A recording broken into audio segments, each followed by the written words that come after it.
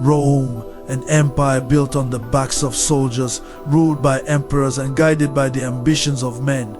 In its heart lay the Senate, where power was brokered, legacies were shaped, and whispers of betrayal spread like wildfire. It was here that Julius Caesar, Rome's most celebrated leader, would face his ultimate fate. Caesar had ascended to the pinnacle of power, named dictator for life by the Senate. But this title did not come without consequence. His rise threatened the very fabric of the Republic. The senators, once proud stewards of Rome, now feared their own irrelevance. Their whispers grew louder with each passing day as Caesar's power appeared unstoppable. Brutus, once a close friend and trusted ally of Caesar, now found himself at a crossroads. The son of a famous Roman family, he was raised with the ideals of the Republic, freedom, democracy, and the rule of law. Yet here he stood, torn between loyalty to the man who had shown him favor and loyalty to Rome itself. Caesar has become too powerful, Brutus.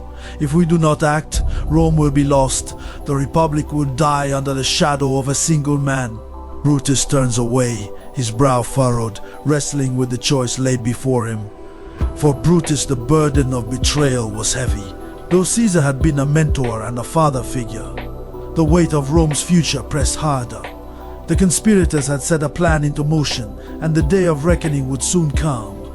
The Ides of March would be the moment that changed everything. While the Senate plotted in secret, Caesar remained unmoved by the rumors that swirled through the streets of Rome. He had heard the warnings, whispers of treachery, of knives hidden beneath togas, but he was Caesar. He had survived battles that had broken lesser men and faced dangers few could fathom. An advisor enters hurriedly, casting nervous glances over his shoulder. His face is pale with concern. Advisor: Caesar, I beg of you, the Senate conspires against you. They seek your life. You must be protected. Arm yourself. Double your guards.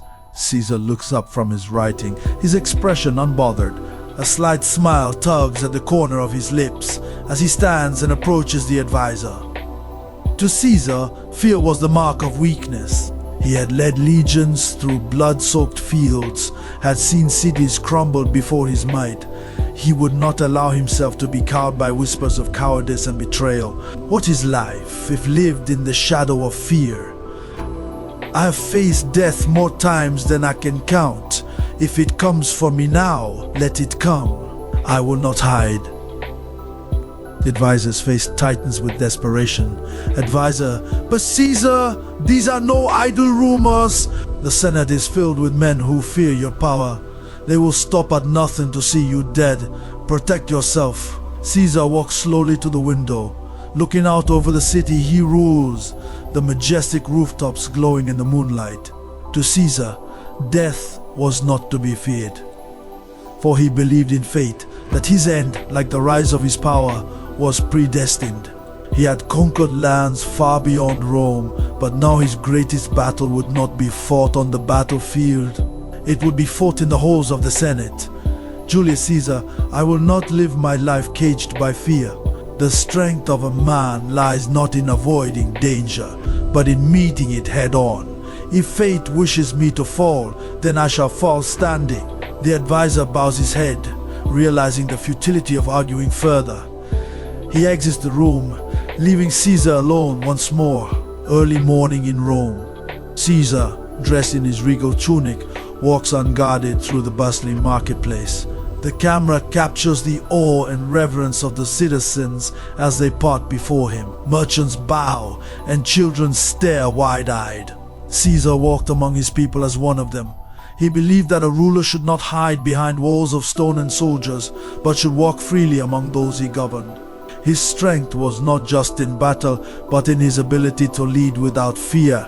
A merchant greets Caesar with a warm smile, bowing deeply. Merchant smiling, "Hail Caesar, you walk among us like a god descended from Olympus." Caesar returns a smile, his demeanor calm and approachable. Julius Caesar, A god? No, I walk as any man should, with purpose and without fear. The merchant's admiration deepens, and the crowd whispers in awe. Caesar continues on his way, walking through the bustling streets, his presence a symbol of Rome's strength.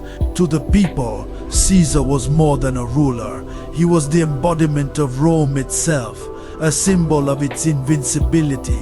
But even as he walked among his subjects, the Senate's conspiracy tightened like a noose around his neck. To Caesar's home late at night, the sky outside is thick with clouds and distant thunder rumbles.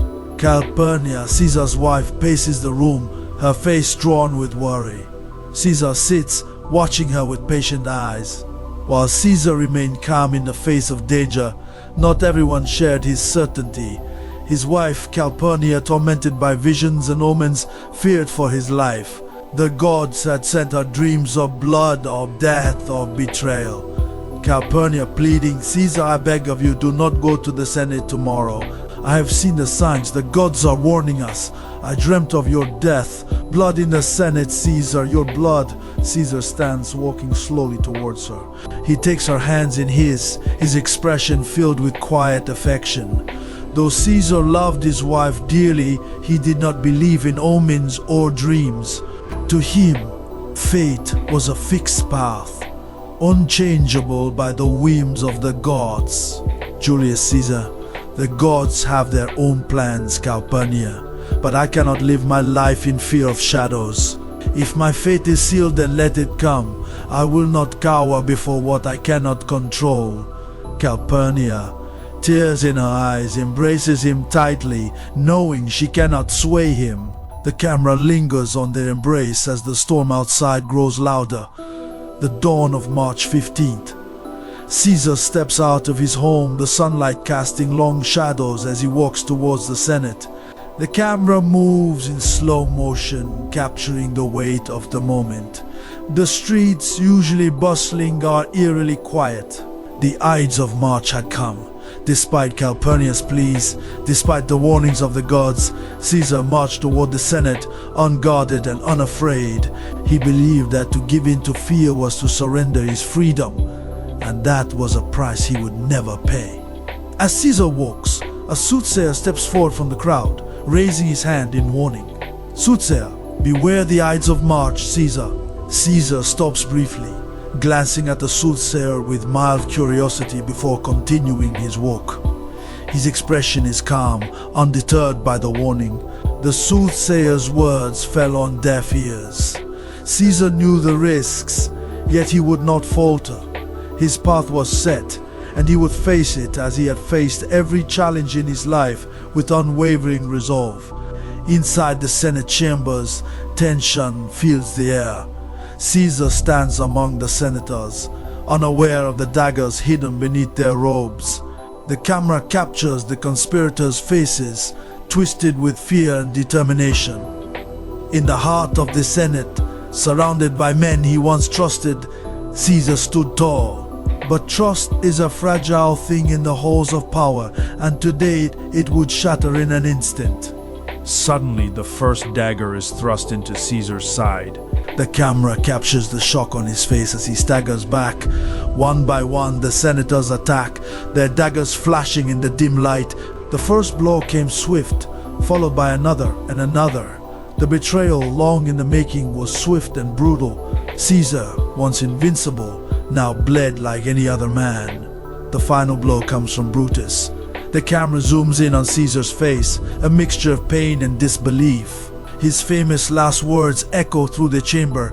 "Julius Caesar," in a strained voice, it too brute, from Caesar's lifeless body lying on the cold marble floor. The senators stand in silence, their faces pale and shaken. Outside, the city of Rome bustles on, unaware of the tragedy that has just unfolded. With Caesar's death, the conspirators believed they had saved the Republic, but in truth, they had sealed its fate. The assassination of Julius Caesar would not restore the Republic, it would lead to its final collapse. Rome would never be the same again. Caesar's legacy. In the end, Caesar's death was not the end of his story. It was the beginning of an empire, a legacy that would live on long after the men who betrayed him had turned to dust. And so, with Caesar's death, the fate of Rome was forever altered, a republic torn apart, an empire yet to rise, and a leader who faced his destiny with unwavering resolve. His name, etched in the annals of time, reminds us that greatness often comes at a price, and that true courage lies in embracing the inevitable. For more stories of ancient history, of power, betrayal, and the men who shaped civilizations, hit the thumbs up, subscribe, and join me as we continue to uncover the legends of the past.